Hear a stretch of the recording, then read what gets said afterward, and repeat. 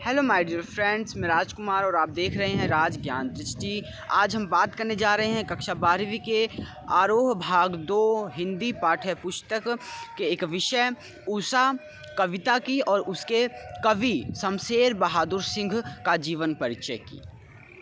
शमशेर बहादुर सिंह का जन्म 13 जनवरी सन 1911 को देहरादून, जो कि तब उत्तर प्रदेश में और अब आज के समय में उत्तराखंड में स्थित है। और इनकी प्रकाशित रचनाएं हैं जो कुछ कविताएं और कुछ और कविताएं चूका भी हूँ नहीं मैं, इतने पास अपने और बात बोलेगी, और काल तुझसे होड़ है मेरी। उर्दू हिंदी कोश का संपादन किया है इन्होंने, और सम्मान जो इनको मिला है, इनको सम्मानित किया गया है साहित्य अकादमी तथा कबीर सम्मान सहित अनेक पुरस्कारों से इनको सम्मानित किया गया है। और इनका निधन, इस महान हस्ती का निधन हुआ सन 1993 अहमदाबाद में। तुमने धरती का पद पढ़ा है, उसकी सहजता प्राण है।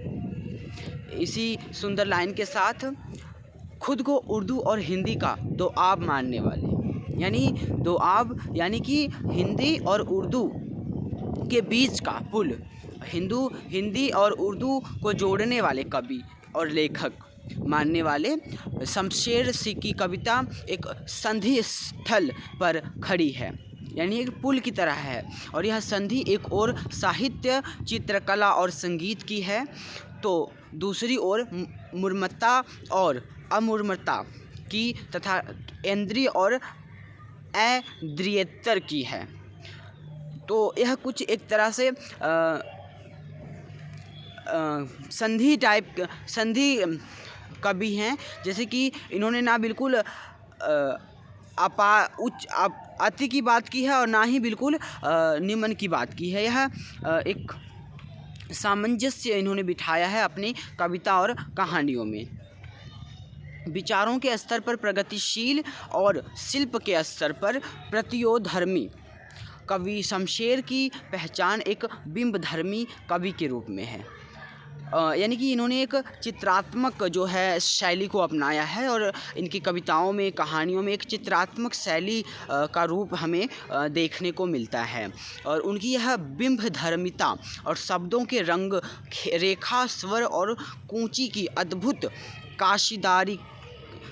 काशिदाकारी का मांझा रखती है, और उनकी चित्रकार मन कलाओं के बीच की दूरी को न केवल पाटता है बल्कि भाषित हो जाना चाहता है। और जो इनकी एक कल्पना है, इनकी चित्रात्मक कल्पना है, उसको इन्होंने शब्दों में बखूबी बड़े सहजता से इनको निखारा है और उकेरा है इन्होंने। और उनकी मूल चिंता माध्यम का उपयोग करते हुए भी बंधन से परे जाने की है, और इनका जो हर तरह के जो बंधन है उससे मुक्त, एक तरह से मुक्ति की कविताएं इन्होंने लिखी हैं, जो बंधनों से मुक्त रहे। इस तरह की इनकी कविताओं को पढ़ने पर हमें एहसास होता है। ओ माध्यम क्षमा करना कि मैं तुम्हारे पार जाना चाहता हूँ। कथा और शिल्प दोनों ही स्तरों पर उनकी कविता का मिजाज अलग है, और इन्होंने जो कविता या कथा चाहे जो भी लिखा है, किसी भी शिल्प में लिखा है, इनका एक अलग मिजाज, अलग पहचान और अलग इनका जो है तरीका है अपनी लिखने का।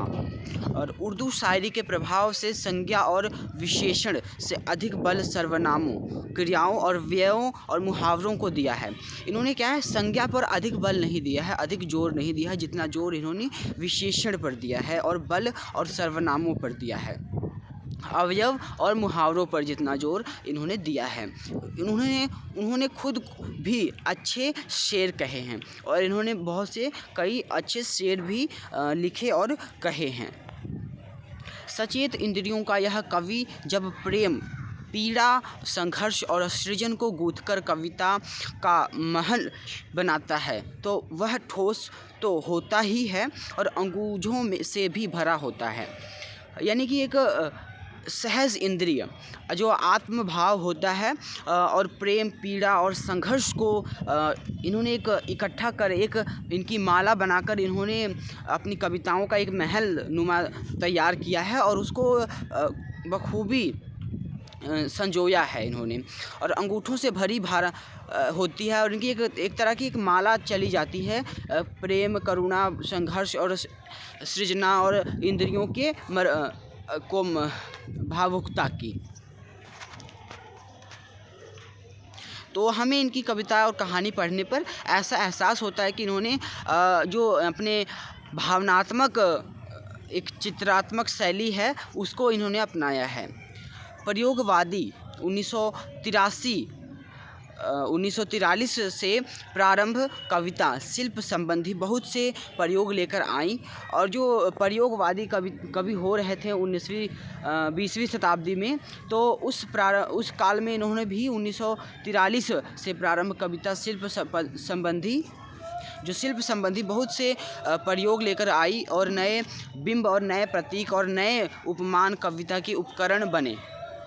तो कविता लिखने में जो परिवर्तन हो रहे थे उसमें इनकी कविताओं का बहुत ज़्यादा योगदान रहा है और यहाँ तक कि पुराने उपमानों में भी नए अर्थ की चमक भरने का प्रयास उपयोक्ता कवियों ने किया है। अपना आस पड़ोस कविता का हिस्सा बना और प्रकृति में होने वाला परिवर्तन मानवीय जीवन चित्र बनकर अभिव्यक्त हुआ। तो इन्होंने अपने आस पड़ोस के दृश्यों को देखा और अपने आस पड़ोस के संघर्षों को देखकर उसमें एक मानवीय करुणा और मानवीय संघर्ष और मानवीय जान फूंक दी उसमें। तो एक हमें मानवीय संघर्ष की जो है कल्पना और उसकी प्रस्तुति देखने को मिलती है इनकी कविताओं में। प्रस्तुत कविता उषा जो कि सूर्योदय के ठीक पहले के पल परिवर्तित प्रकृति का शब्द चित्र है। अब जो सूर्योदय होता है, प्रातः काल होता है, अमृत वेला होती है, उस समय किस तरह का मौसम होता है, किस तरह उसमें परिवर्तन होता है सूर्य निकलने तक का। तो उषा में इन्होंने यही शब्द अपने इन्हीं घटनाओं को इन्होंने अपने शब्दों के माध्यम से प्रस्तुत किया है एक कविता में। और शमशेर ऐसे बिंबधर्मी कवि हैं, यानी कि ऐसे चित्रात्मक और चित्र शैली वाले कवि हैं जिन्होंने प्रकृति की गति को शब्दों में बांधने का अद्भुत प्रयास किया है। इन्होंने क्या है, प्रकृति की गति, प्रकृति का निरंतर परिवर्तनशील और बदलने वाली है, तो इसको इन्होंने शब्दों में बांध दिया है, उसे शब्दों में समेट लिया है उस प्रकृति की हर एक घटना को। यह कविता भी इसी का एक उदाहरण प्रस्तुत करती है कि जब सूर्योदय से पहले की किस तरह की घटनाएं घटती हैं हमारे प्रकृति में, उसको इन्होंने कविता में और अपने शब्दों के माध्यम से हमें बताने का प्रयास किया है इस कविता में। कवि भोर के असमान यानी अमृत वेला के असमान मुख दृष्टा नहीं है और वह भोर की असामान्य गति को धरती से जीवन भर भरे हलचल से जोड़ने वाला स्टास्ट भी है। इसलिए वह सूर्योदय के साथ एक जीवंत परिवेश की कल्पना करता है जो गांव की सुबह से जुड़ता है। वहाँ सिल है, राख से लिपा हुआ चौका है और स्लेट की कालिमा पर चाक से रंग मलते अदृश्य बच्चों के नन्हे हाथ हैं। और यह एक ऐसे दिन की शुरुआत है जहाँ रंग है, गति है और भविष्य की उजास है और है हर कालिमा को चीर कर आने का एहसास कराती उषा। तो इन्होंने उस भोर की घटना को, उस अमृत वेला की घटना को आम शब्दों में जैसा हम देखते हैं वैसा ही व्यक्त करना नहीं किया है, बल्कि इन्होंने उसको मानवीय रूप दिया है, उसको मानवीय शब्द चित्रों में प्रस्तुत करने का प्रयास किया है, उसको मानव के रूप में देखा है उस घटना को, उस भोर की घटना को। तो इन्होंने अपनी घटना में कुछ इस तरह से शब्दों में उस घटना को उकेरा है मानवीय रूप में, मानवीय बिंब चित्र में। तो इनकी कविता को हम पढ़ेंगे। प्रात नभ था बहुत नीला, शंख जैसे भोर का नभ, राख से पीला लीपा हुआ चौका अभी गीला पड़ा है, बहुत काली सिल जरा से लाल केसर से कि जैसे धुल गई हो, स्लेट पर या लाल खड़ियाँ चाक मल दी हो गए किसी ने, नील जल में या किसी की गौर झिलमिल देह जैसे हिल रही हो, और जादू टूटता है उषा, इस उषा का अब सूर्योदय हो रहा है। तो सूर्योदय की कुछ इस तरह की इन्होंने घटना को प्रस्तुत किया है। तो जिसमें इन्होंने लिखा है कि प्रातः नभ था, जो प्रातः नभ था, जो प्रातः सुबह का समय, और नीला शंख जैसे, मानो कि कोई नीला शंख हो, और भोर का नभ, सुबह सुबह का जो आकाश है, राख से लिपा हुआ चौका अभी गीला पड़ा है। उन्होंने कहा कि जो भोर सुबह सुबह जब जो स्त्रियां हैं गांव में, देहात में, जो खाना बनाने का जो चूल्हा होता है उसे राख से लीपती हैं, उसको साफ़ करती हैं, उसकी लिपाई करती हैं, तो कहती हैं कि अभी सूरज निकला नहीं है और जो चूल्हा है अभी गीला पड़ा है। बहुत काली सिल जरा से लाल केसर से की जैसे धुल गई हो। तो वो कहते हैं बहुत काली है, अभी जो मौसम है सुबह का वह अभी जरा सा लाल केसर जैसा दिख रहा है, और मानो कि जो लाल केसर का रंग है वह धुल उठा हो और हल्की सी लालिमा है वह दिखाई दे रही है। स्लेट पर लाल या लाल खड़ियाँ चाक मल दी हो किसी ने। जो कहते हैं कि जो मानो कि एक स्लेट हो, एक जो लिखने की दफ्ती होती है, उस पर मान लो किसी ने लाल खड़ियाँ क्या है मल दी हों या पोत दी हों, ऐसा कुछ दृश्य दिख रहा है प्रकृति में सूर्योदय का। नील जल में या किसी की गौर झिलमिल देह हो।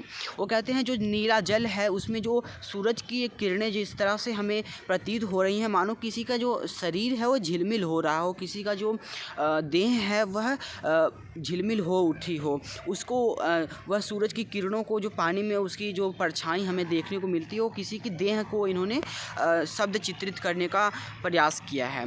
और जादू टूटता है इस उषा का अब सूर्योदय हो रहा है। फिर कहते हैं कि जो इसी तरह से जो जादू है वो टूटता है सूर्योदय का और सूर्योदय हो रहा है।